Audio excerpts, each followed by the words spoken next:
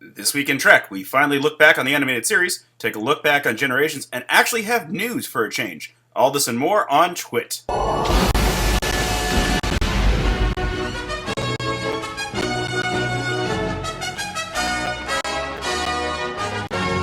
Alright guys, first off I want to talk about the animated series. I finally had a chance to finish off the second season, which unfortunately is pretty short.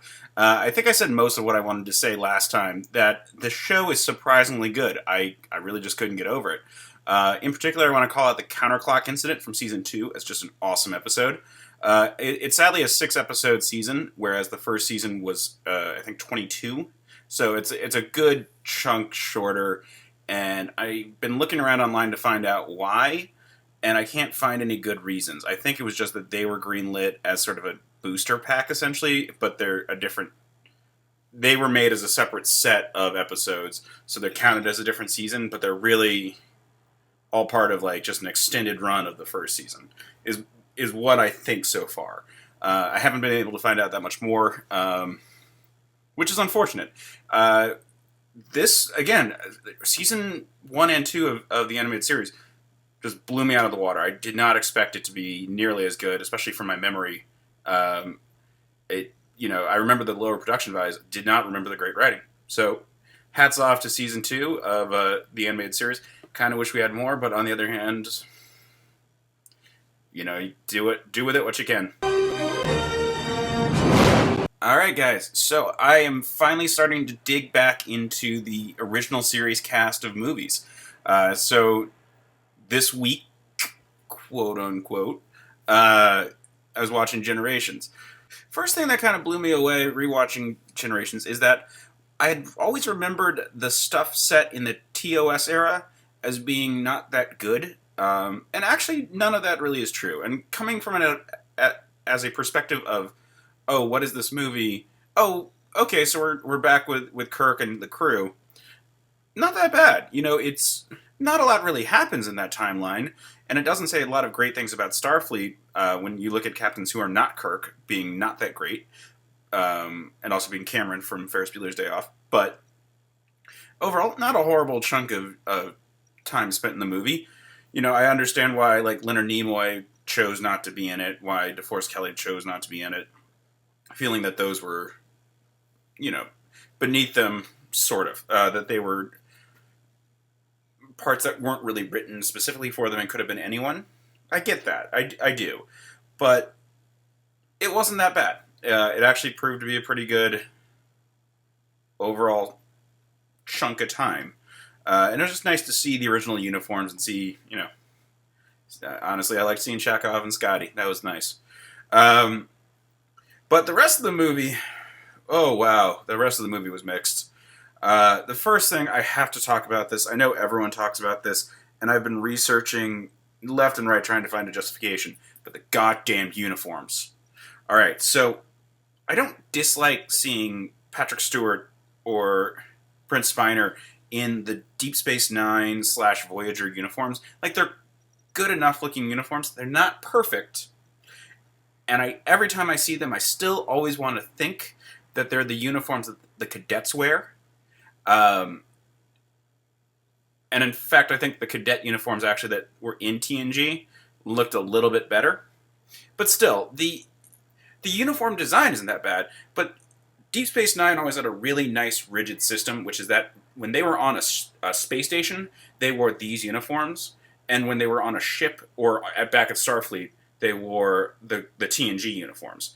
And it was kind of nice because it looks a lot like how in the original series, each of the ships had their own design. It wasn't all the same logo on their chest. So you could identify at a glance who was what. Totally. You could see what ship they're from, what division they're in, what rank they are, and what specific field in that division they are. Like blue being science or medical. So... It's not like the uniforms switched. It's not like they all were, and that's the big problem. If they were all wearing the Voyager uniforms, I could live with it. It would have been weird, but I could have lived with it. But because they go back and forth, and it never seems to make any sense, I have no idea. And it's in the same scenes that characters will be wearing opposing uniforms, and then the next scene, it's like they switch it, and I don't understand why.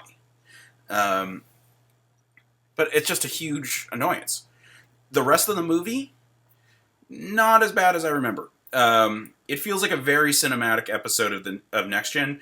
This has a nice scope to it. The fact that if this had been like a two-parter crossover of Next Gen where James Kirk pops up, this would have been a great two-parter. I don't think anyone would have complained about the show. Um, it, it's fine. Um, we don't get to the heights that are First Contact until next time, but at least it's not that bad. It is nice seeing the Enterprise D in a fully rendered CG environment.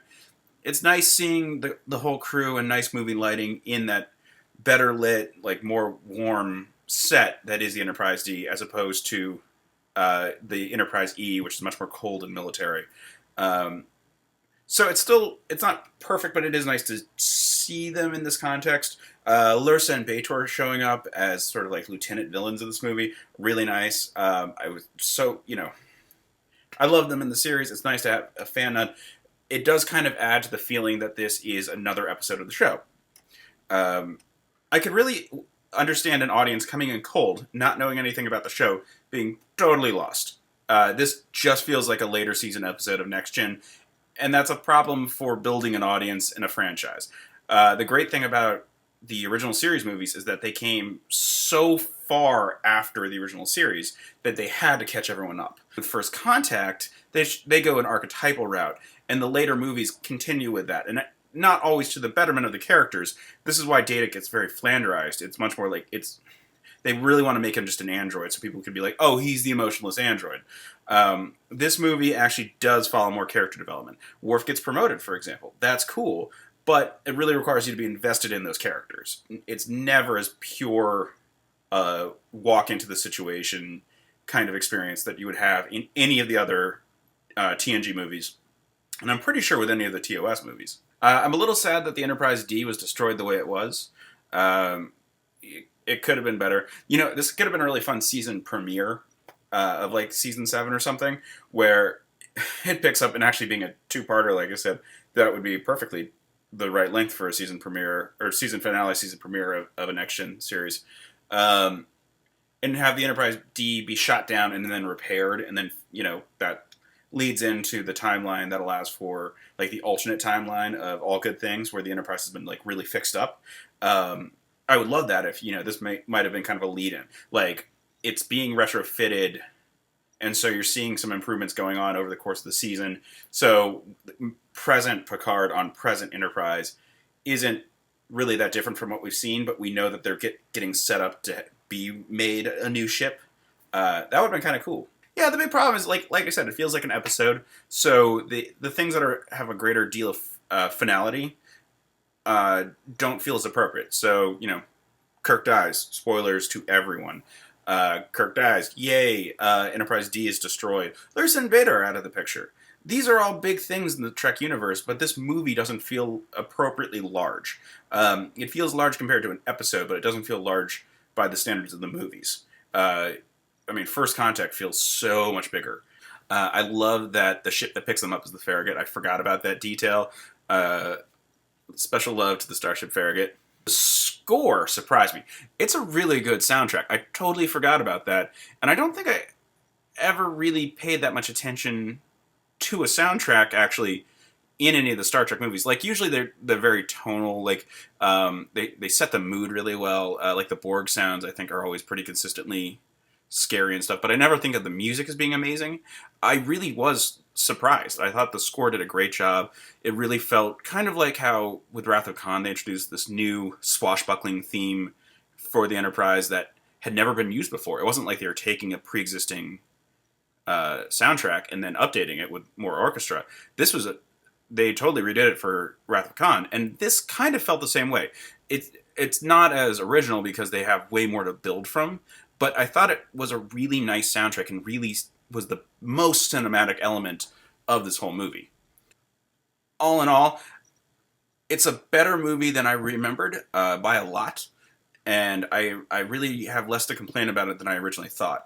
I think it was unnecessary, and that's part of why people remember it so harshly.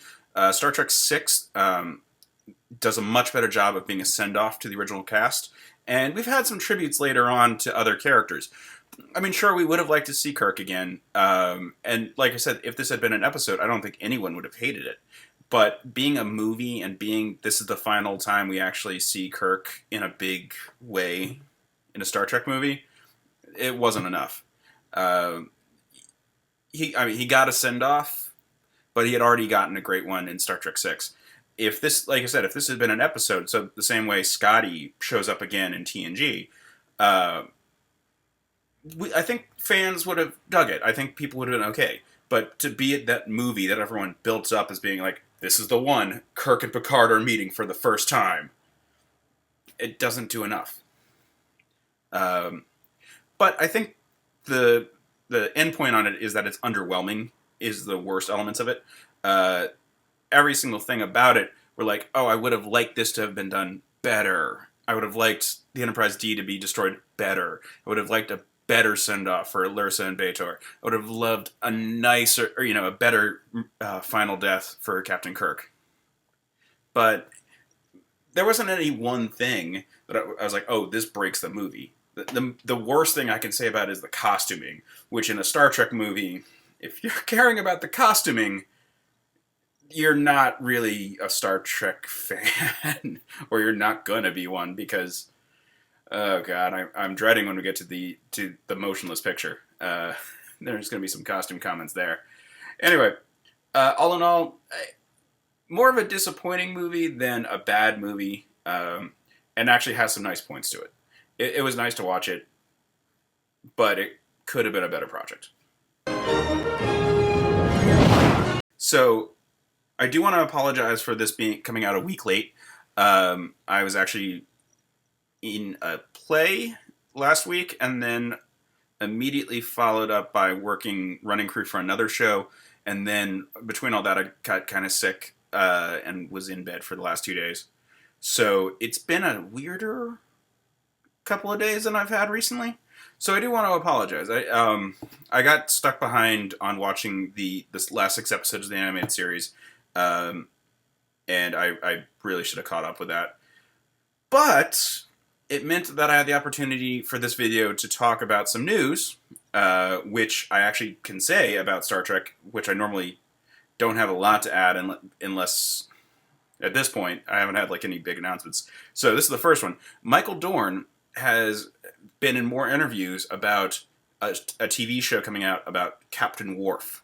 I am so excited for this. I'd heard rumors, but these are more official kind of news articles about it. I don't know if it's actually happening, but oh my god, Captain Worf. I love Worf, and I've been waiting to see him get bigger in a bigger role.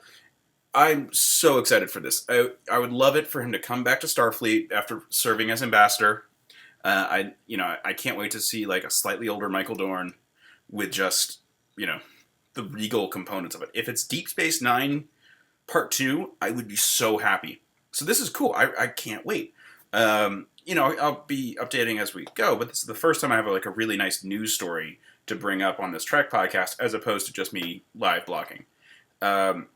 So I wanted to share that one. If you haven't heard, I don't know how you wouldn't have heard, considering that if you're a Star Trek fan and actually watching these videos, you probably have Facebook and can see the internet and see when big news stories come out. But oh my god, Captain Worf, awesome!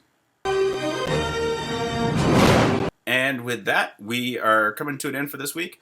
I apologize again for the week break that we had, but that's not going to happen again. I'm already caught up on all the movies I need to watch for the next episode, wherein we will be talking about the first season of the original series. We will be talking about Star Trek VI, The Undiscovered Country, and then we will be talking about what I originally was going to talk about this week, which was my experiences on set of a Star Trek fan film. This will not be anecdote heavy because I'm saving that one for later, but it will at least be production stuff, and I hope people find that kind of cool. Anyway, with that, I will see you guys next week.